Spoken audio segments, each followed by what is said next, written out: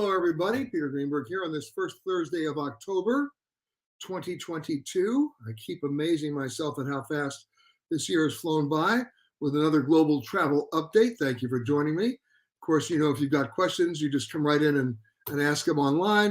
You can also email me to peter@petergreenberg.com any time of the week that you want. We have a lot of things to talk about this week, starting with the FAA announcing earlier this week a new set of rules for flight attendant crew rests, mandatory minimums.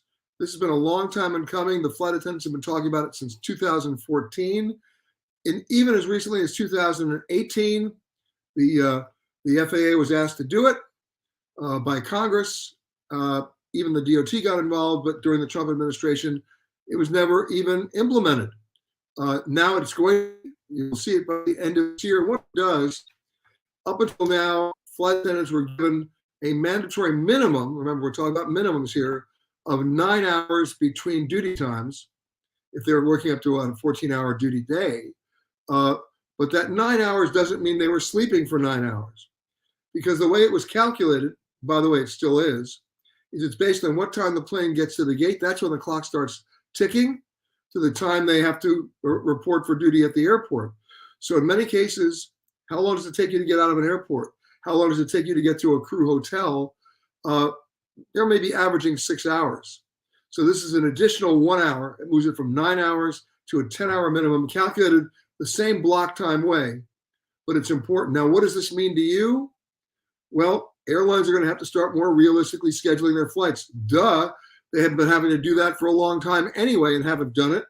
Now, especially when you're dealing with crew and their inability to show up because they'd be illegal, they're going to have to, space flights out a little bit more.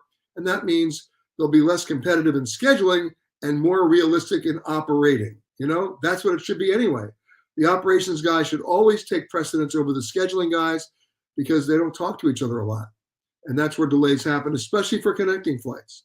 So now, does it mean it's going to happen now? No. There's a 60-day period of public comment and then a 90-day period before the rule becomes official. So for all intents and purposes, we're talking January 1, but it is coming. And that's very good. There's another problem out there that's not being addressed properly, and that's airline seats. Once again, Congress ordered the FAA 4 years ago to come up with a new minimum seat standard for what's acceptable in terms of size and pitch. Let's not forget safety. And the FAA still walked it. They didn't do anything. Now they finally agreed to at least hear public comments before they make a decision on what's a minimum seat size. But you can't do this in a vacuum. It's not about comfort. It's about safety. It's about space. It's about evacuation. Now, every year, you've heard me talk about this before, but I have to talk about it again because the issue is not going away. I wish it would. Every year, every airline has to justify and prove that they can evacuate a fully loaded plane with half the seats blocked in the dark in less than 90 seconds. Now, sounds great, right? Can they do it? Well, up until 5 or 6 years ago, they passed the test every time. Why? I'm convinced they hired the cast of Cirque du Soleil. Because was there a really good cross-section of age, physical ability, carry-on bags, junk, animals on board, you name it, beverage carts, whatever? No. So of course every airline passed the test, but it's gotten worse because the airlines have now been allowed to do these tests with computer models. This is absurd. You don't test this with computer models. It's a real world test with real world people in a real world scenario with real world conditions. Every second counts in an emergency evacuation. I know this, I've had to do it. So where's the FAA on this? You got me. I guarantee you, I will stake my career on this. If I invite 120 people who don't know each other, who don't work together, with all sorts of age ranges, physical disability or ability ranges, carry-on baggage ranges, first-time flyer ranges, you throw it all into the mix, like any flight you'd be on, block half the exits, turn out the lights and say, go. you might as well bring a copy of War and Peace because you'll still be reading it by the time they get off the plane. This is an accident waiting to happen. I know it. I'm yelling and screaming about it. And the FAA has now asked for public comments on seat size. We need to go beyond that. But while you're giving public comments to the FAA, you know what? Mention this, because you can't come up with seat size in a vacuum if you don't test it in real world conditions in an evacuation situation. It's as simple and as important as that. So that's my suggestion today. Now, speaking of real world conditions, let's talk about Southwest Florida. Our hearts go out to all those people there who lost just about everything, especially in ravaged destinations like Fort Myers. You know, we were just recently there about 5 or 6 weeks ago doing a half-hour special for my PBS series called The Travel Detective. And I am sad to report, it just sickens me that everything we shot, and there's some incredible things to do there. It was called the Hidden Gems of Fort Myers. Well, now I'm afraid they're really hidden. The places that we shot are either literally underwater or they've disappeared off the face of the earth. We cannot wait to go down there and chronicle the rebuilding to help them. This is, you've seen the video. If you watched any news program, you know how bad it is. People have lost everything. Remember, how much of Fort Myers depends on travel and tourism? A lot. Southwest Florida. So they need our help. And if you want to help, here are some organizations that you can help them. Allhandsandhearts.org, Operation USA, the World Kitchen, of course, Jose Andres, and the American Red Cross. You'll find all of those on our website, petergreenberg.com. You can't go down there and be a first responder right now, but you can be in the next couple of weeks a second responder. Don't just go down to vacation, go down to help. And in the next couple of weeks, they'll be ready for you to do some of that. The rebuilding process will be long. It'll be hard. It'll be expensive. Hopefully the Florida State building codes will come to their senses now and make some new rules. Some of them need to be retroactive. But look, my house went through Hurricane Sandy and I sustained over $200,000 in damage. I know what it means to lose stuff. I know what it means to have everything wiped out. My house barely was left standing. We were able to rebuild, but so many of my friends in Fort Myers don't have that chance. So please go to our website, check out those resources, and do whatever you can to help. They need it. All right. And we'll be covering that story, as you can imagine, on both my radio show and our television shows in the days, weeks, and months ahead. All right. A couple of other things to report. This comes out of the term bonehead. Back in 2015, United Airlines made a really stupid decision. They decided to pull out all their flights from JFK and centralize everything in Newark. Once again, operations people not talking to scheduling people, not talking to consumers. And when that happened, United Airlines lost a lot of business to New York, a lot of connecting business as well. And they were out of the market for a long time. And then last year, by the way, when they left, they lost all those coveted slots at JFK. They went to other airlines. Last year, they sort of woke up a little bit, but they only had a limited number of slots to fly that they could get. They came back in with a limited number of flights, 2 each day to either LA or San Francisco. Well, in just a few days, at the end of this month, they're pulling out entirely again and going to Newark. They've given up. But this all started with that bonehead decision in 2015. I'm sad to see them go. United Airlines was a premier carrier out of New York, especially on the transcon routes. And at one point, one of my favorite flights was United Airlines nonstop from JFK to Honolulu on a stretch DC-8. That's how far back that goes. Anyway, we will be monitoring that situation as well, but I wanted to mention it, that if you have seats booked on a transcon flight out of New York or from Los Angeles and San Francisco to New York after October 31st, you won't be going on United. So check with the airline. Now, airfares. Let me give you a report on that. They're going down. We're starting to see a number of flash sales, meaning they're out there for like 36 hours and they go away again. but you can book them through March. $29 fares on Southwest, fares starting at $29 on Southwest, on JetBlue. One just expired this morning. We'll see another one early next week, I guarantee you. Be on the lookout for that. One of the reasons why we're going to see more of them is because of Southwest Florida. All those folks who are planning their winter vacations and all the way through spring break have changed their mind, either because the infrastructure is not available or they just don't want to go. Not a good place to vacation when there's no infrastructure. So you're going to start to see a lot of other airfare sales, plus something else we didn't count on. Airfare sales really big coming up to Europe. Why? Last week, the British pound sank as low as $1.03. They kind of rose to like $1.07. So we're almost on a par with the pound. That's never happened in the last 40 years that I know. And of course, the power of the dollar against the euro and against the Turkish lira and so many other foreign currencies. What that means is airfares to Europe have to be coming down, not because we don't want to go, but because the folks who live there can't afford to come here now. There's an imbalance, meaning a buyer's market for us. So watch the airfares to Europe. You'll be pleasantly surprised between now and next March, early April. Now, one other thing that's coming to light, this is also, again, about rulemaking at the Department of Transportation. If I check a bag on an airline, and the airline, and by the way, I hate to check bags. You know what I always say, 2 kinds of airline bags, carry-on and lost. But if I have to check a bag, a lot of times they're going to charge me, Southwest not included, $25, $30, or $35 a bag. But what happens if they delay the bag or they really mishandle it and lose it? Do I still have to pay the $30? I do not. They didn't complete the contract. So you may remember my story about trying to get to Halifax, Nova Scotia from New York about 6 or 7 weeks ago on Air Canada.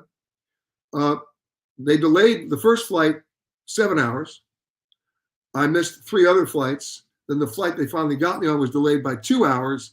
So instead of a 2.5-hour flight, which they used to have nonstop between New York and Halifax, I left New York. I was supposed to leave at 11:30 in the morning. I got there after midnight and no bag. So I'm still on a warpath here with Air Canada. I want my $30 back because when I got to Canada, you lost the bag. Now, you delivered it the next day, but that's not the point. You didn't deliver it based on the contract that I paid you to do. So Air Canada will be hearing from me every Thursday until I get my $30 back. It's the principle of it. And you need to do the same thing if it happens to you. All right? Oh, Canada. All right, let's move on for a second. Before I get to all of your comments and questions, I want to give you a Throwback Thursday picture here. Now, before we post it, don't post it yet, but before we post it, this picture, I have 2 questions for you. When was it taken? And where was it taken? And ask you to explain the picture then once you see it. Okay, post the picture. Okay, where was this picture taken? When was this picture taken? I wait a little bit more then, I admit it. And maybe I have to explain what that name is doing on the plane. So let me know what you think. In the meantime, let's say hello to everybody. Hello, Sarah. Hello, Yusuf. Priya is watching from Irvine. Zora saying good afternoon. Colleen saying I have a trip to Ireland scheduled for April of 2023. Congratulations. By the way, our new special, Hidden Ireland, will be premiering in March of 2023. So hopefully you'll be able to see that before you go. Zanzibar's weighing in. I see that. Okay. Nancy says, what are the airline rules about carrying on electronics with lithium batteries? You can't. They always ask you that. They always ask you about checking them in either. The answer is don't bring them. A lithium-ion battery fire is almost impossible to put out in a reasonable amount of time.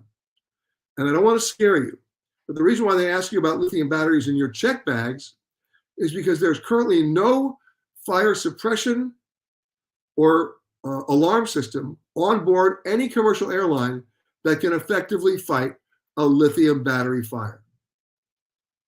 In fact, there's no fire suppression system on any form of transportation that can fight one. You remember the story I told you about the Felicity Arce, the big automobile container cargo ship that was carrying like Maseratis and Bentleys and Rolls Royces and Porsches? Well, guess what? They had a lithium battery fire on board, and we're talking about 1,000 vehicles, all pre-ordered, all custom, all under the ocean now because they couldn't control the fire and the ship sank. Same thing about an airplane. If you have a lithium fire in the cargo hold and you're at altitude, you better use the in-flight phone, if they have one, to call somebody to say goodbye, because they will not be able to put that fire out. So the answer to your question is don't bring them. Okay, here we go. Greetings from Madison, says Terry. I've got good news for anybody who needs to renew a passport. I sent mine in for expedited renewal for an additional $60 and received the passport in 2 weeks. Love it. Now, I know the State Department's saying that as of January of 2023, you can apply for it online. I'm not recommending that yet. I want to see the system work first. Remember the overriding lesson from the movie Saving Private Ryan? Not a good idea to be in the first wave. But congratulations, Terry. And by the way, I'll be in Madison soon. Not to watch a football game. Our team sucks. You know, let me tell you, for the last 5 or 6 years, the most exciting offensive play that Wisconsin football had was, hey, why don't we run it up the middle on every play? Duh. Well, they just ran the coach up the middle. They fired him last week. But his payout to get him out was $11 million. I want that contract. I want to coach a losing team and get rewarded for it. Wow, what a deal. So I'm actually going to Madison, Wisconsin. We'll be doing our radio show from there. I'll be going to Madison, Wisconsin on the one weekend when we don't have the humiliating experience of watching them lose again at home. So I'll be there soon. Can't wait. Okay. Judy says, hi from Scottsdale. We'll be there in December, by the way. Greetings from sunny Zurich. We love Zurich. Cheers from the North Rim. Cool. Hello from Kentucky. I'll be in Kentucky soon. We're doing a special segment for our show, The Travel Detective. I'll be there in about 10 days in Louisville. Tanzania is tuning in. We see that. Catherine says, I love this. Hi from a ferry boat going from Monterosso to La Spezia to get back on our celebrity cruise ship Beyond. Took a zillion photos for me. Great. I love the fact that you have Wi-Fi on the ferry. Love that. Okay. Debbie saying hi from Boynton Beach. Okay. Jeff wants to know about restaurants in Guayaquil. Jeff, email me, peter@petergreenberg.com, and I'll get you that answer. By the way, Guayaquil in Ecuador. Okay. Angie says, I traveled to Edmonton on September 23rd, and it was just delightful. No delays at Toronto. I had a check-in and carry-on and no problema. All right. So find my $30 from Air Canada, will you please? Okay, Mombasa's ringing in. All right, in Kenya. And Laurel, I agree with you. What's happening in Florida is really so sad. Robert saying, can't wait to go to Auckland and Queenstown next month. Me too. I love it there. You know, we shot one of our original royal tours there with the Prime Minister, and Queensland's crazy. We love it. I mean, talk about adventure travel. It's great. Wake Forest is ringing in with Jane. Sue saying hi from Rome. Love that. Colorado Springs is saying hi with Sherry. Let's keep going here. Colleen says, how does one go about volunteering to be a second responder? Very simple. Go to their website, allhandsandhearts.org. They're open to volunteers. Operation USA, opusa.org, open to volunteers. American Red Cross, probably not open to volunteers, but very open to donations. Check it out. Jesus, hi from Tulsa. I was just in Fort Myers and Marco Island. Yeah, I know what you're feeling. Okay, here we go. Angie, thank you for your note about Fort Myers. Guys, they really need our help. Okay. Harriet and Jim are now in Faro in Portugal on the Algarve. Listen, the one place you like to go on the Algarve is the small village of Lagos or Lagos. I love that village. Faro, but Lagos, home run. Okay, Here we go again. James is saying hi. Mike is saying it's always the money when someone claims it's the principal. You'll have to explain that to me later. All right. I'm sure you're talking about airline seats and evacuation. Okay. Here we go. I'm looking here. Lots of people coming in from Tanzania. Marilyn saying hi from Miami. Julie says, just returned from South Africa. Great nonstop flight on United Polaris. Yeah, they're flying nonstop now on the United flights. Probably 787 if I had to guess. Grant Rosenberg sees the picture and says, I remember that young man. Grant Rosenberg and I worked together. In fact, Grant was my boss when together we did television at Paramount Studios in Los Angeles in the 1980s before he thought better of it and moved to Disney and left me there. He's laughing right now. But together we worked on a show that you may remember called MacGyver. Anybody want to tell me who was the executive producer of MacGyver? It might surprise you. You don't have to guess, I'm going to tell you. He made more money as the executive producer for MacGyver than he ever made as anything he ever did as an actor, although you all remember him as the actor, which started him also on the Paramount Studios lot as the Fonz. It was Henry Winkler. He was the executive producer of MacGyver. Nice to hear from you, Grant. Brad saying hi from Morgan Hill. Ibrahim is in Tanzania. Lots of Tanzania friends today.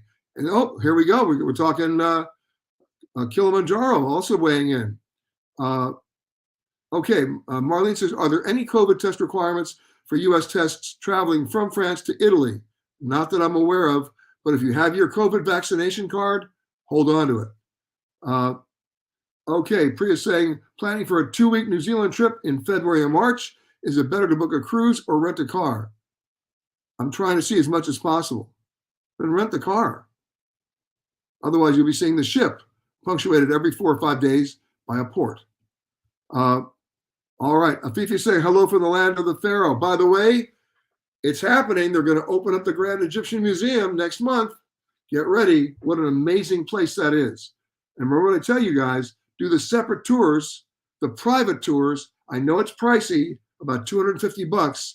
Do it. You're going into the restoration rooms with the experts who are actually restoring the most amazing things they're still finding every single day in the desert out near Saqqara. I mean, you can't believe what they're bringing in. Remember, everything you've always seen in the old Egyptian Museum and the King Tut exhibit represents about 1/9 of what they haven't found yet. It's amazing. All right. Janice saying hi from Janice on vacation in Rome. And Mike's cooling off in Fort Lauderdale. Terry's got a point. He's absolutely right. He says, forget about Badger football for a while. Switch to women's volleyball and men's basketball. Wisconsin is hitting it out of the park. Both of those teams are excellent and respectful. I mean, unbelievable what they've been able to do there. Melissa, I just got your question about GEM. It's going to open next month, at the end of next month. Cindy says, going on the inaugural Ritz yacht on October 15th, can't wait. I can't wait either because people have been waiting for years for these Ritz-Carlton ships to actually operate. I'll be interested to hear what you have to say. I've been looking at the models of these ships. They're designed to be like, sort of slightly larger yachts. I have a question about the design. Look at it. Tell me what you think when you come back. Where's the deck space? I can't find any deck space on those ships. Let me know what you think. Any news about Harriet and Jim want to know any news about car vacation rentals availability? It's going to get better next month because they're going to get deliveries of some of their new fleet at the end of this month. So there'll be more capacity and law of supply and demand kicks in. I think it'll be a little bit better. Wow, I love the Wi-Fi today. Mr. Swanson is saying he's coming in from the Chesapeake Bay on our boat on the South River near Annapolis. Pay attention now. Don't talk to me. Look out on the water. Look for other boats. All right. Who wants to know? We're getting some guesses on what people think this photo is. Colleen says, when the economy tanked and you bought an airline on sale and named it Greenberg Air?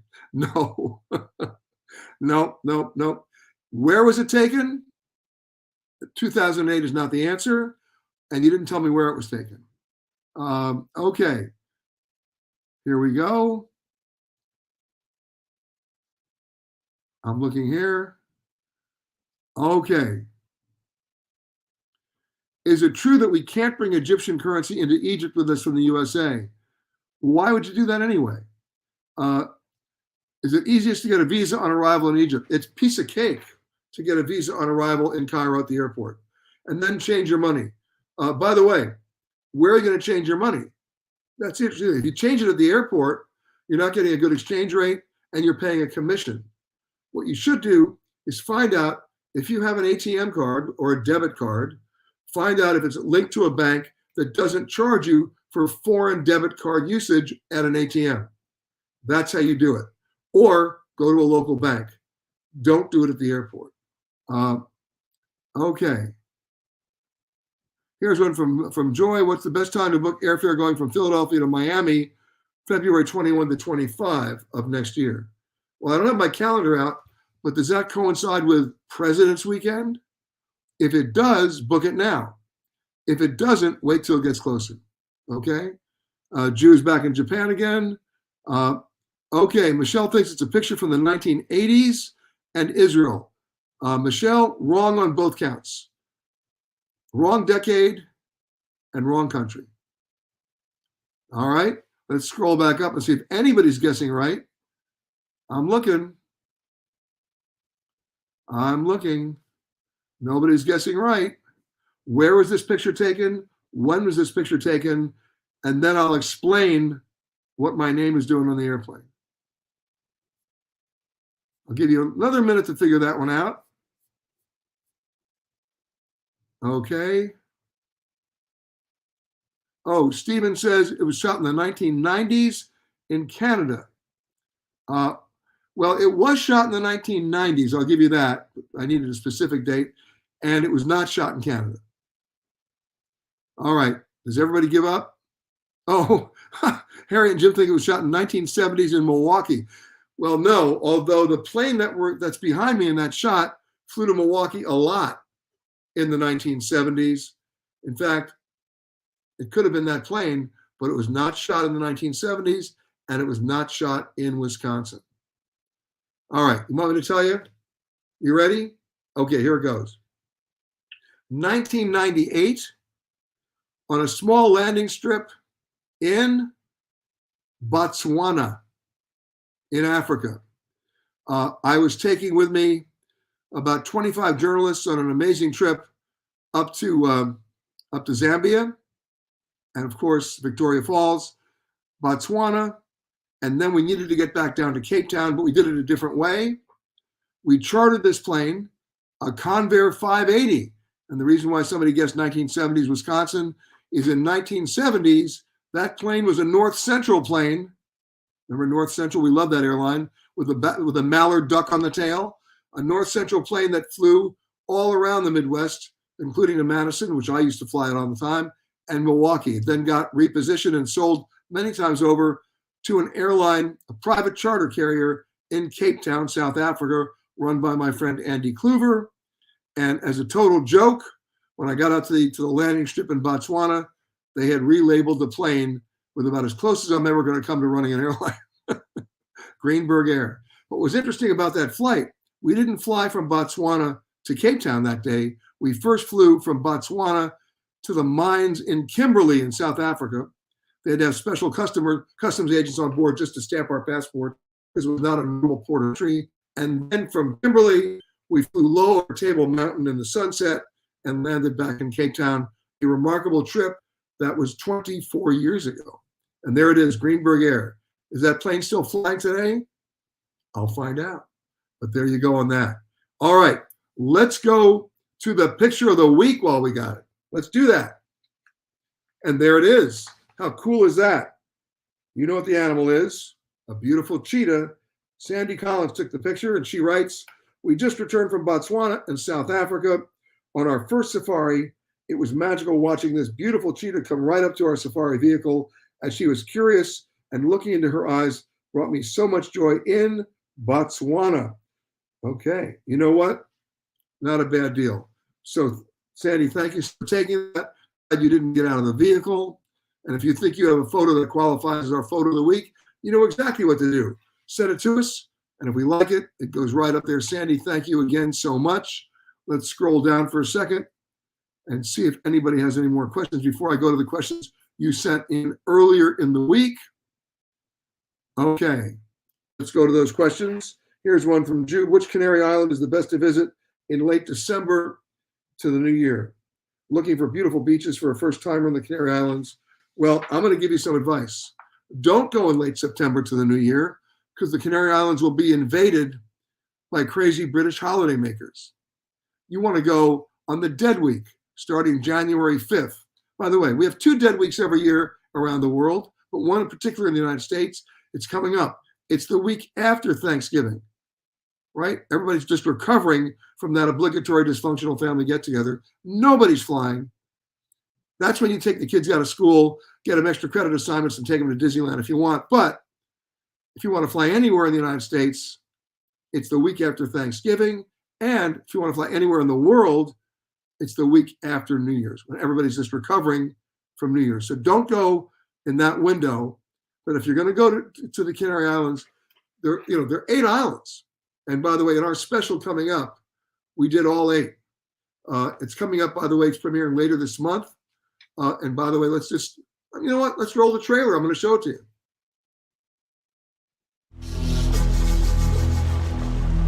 They exist at the threshold of history, on the precipice of a dream.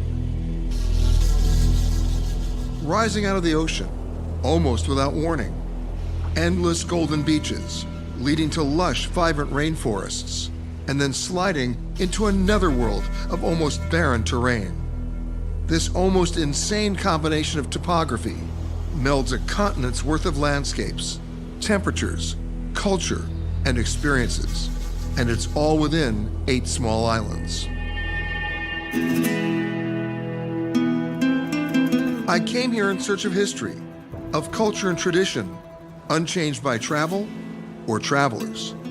These are the islands in the stream, separated from the rest of the world and yet accessible to those who know. And a destination where you can explore, immerse, and literally breathe, if Mother Nature lets you. I'm Peter Greenberg, and this is Hidden Canary Islands.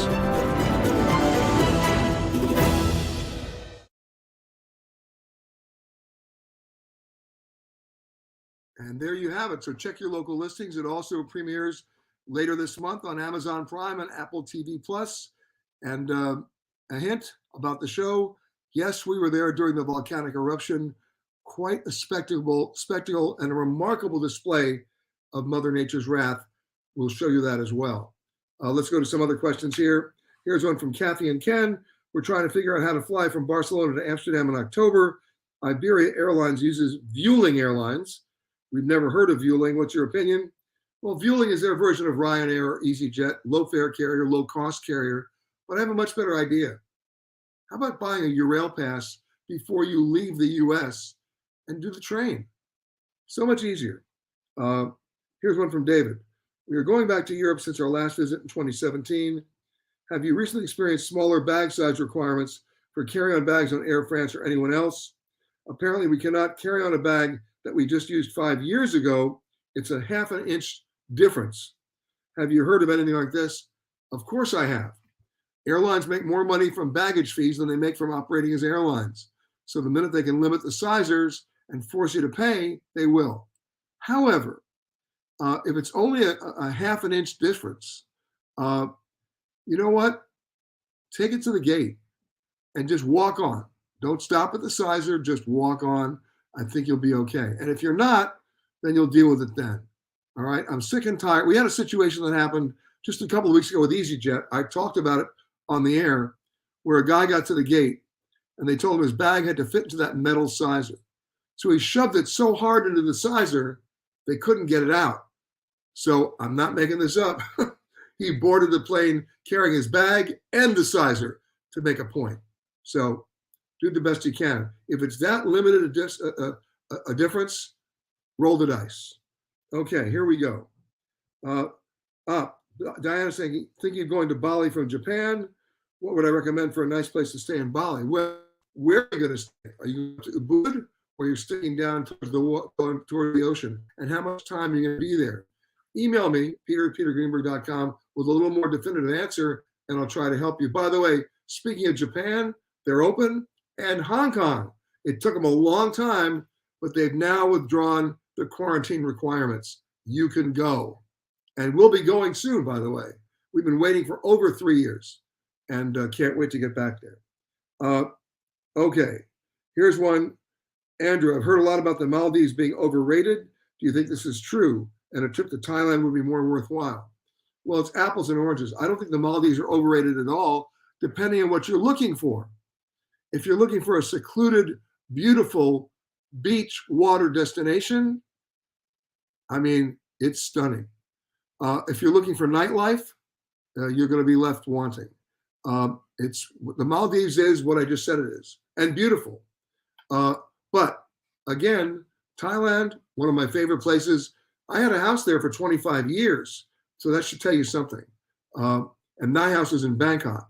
But go north to Chiang Mai and Chiang Rai. Go south to the islands in the Andaman Sea. You know, Koh Phi Phi and Koh Krabi and Koh Samui, and so many others. So you know what? If you've not been to that part of the world before, hold off on the Maldives. Go to Thailand first. Immerse yourself in that culture, and then tell me what you want to do. Okay? All right. Cynthia says, how long does it take to renew a passport online if I do this right away when allowed to in October? The answer is, as I said earlier, I don't know. It's a test program. They're just starting. It doesn't really kick in full until January. I'd much rather renew it right now, since we're in the lower part of the fourth quarter coming up, where fewer people are traveling. Just renew it at the post office or through a passport renewal office, and you'll be okay. Last couple of questions. I think we got everybody today, which I love. Kristen Olson saying hi. Robin loved the picture. Colleen loved the picture. Okay. Drew says, I'm thinking of going to the Canary Islands in late December in the new year, not in July. I didn't say July. I said January. Don't go between December and the new year. It's overcrowded. Okay? Thank you, Dennis, for your notes about the Canary Islands. And Ronald says, there are too many train strike uncertainties for your rail. I disagree. Your rail has 33 separate train lines. And you know what? She was thinking of going to Barcelona to Amsterdam, not to France.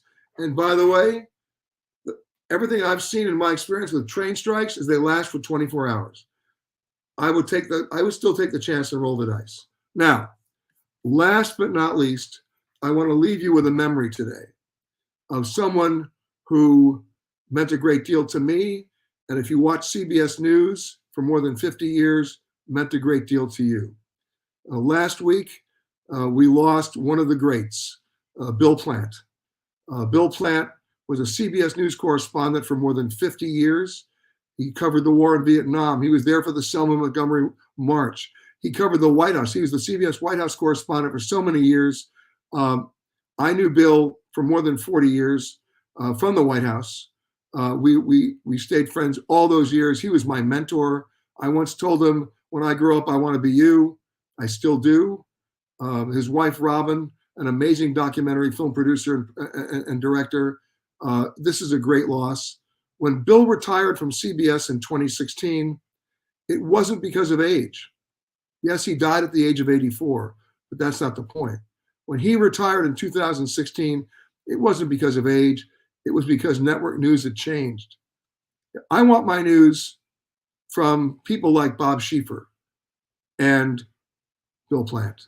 People who've been there, people who've done that, people who can give us context and perspective, people who can let us know what this story means to you. And Bill Plant meant the world to me. He also was a guest on my radio show. Here's a picture shot of him a few years ago with me in Washington, D.C. Now you remember who Bill Plant is and was and will always be: a consummate journalist, a great friend, and someone, if he tells you something, you know it's true. Bill, we're going to miss you. And I'll leave you with that. Have a great weekend, everybody. Of course, Eye on Travel, our CBS national radio show, airs this Saturday from a very interesting location. Let's just say it's not in the United States. I hope you'll join us, 10 a.m. to 1 p.m. Eastern Time. We also stream it online during that time if you can't find a station in your market. Canary Islands premiering on some stations starting October 24th, so check your local listings. Royal Tour Tanzania, for all my friends in Tanzania, still on the air, still going strong. I hope you get a chance to see it if you haven't.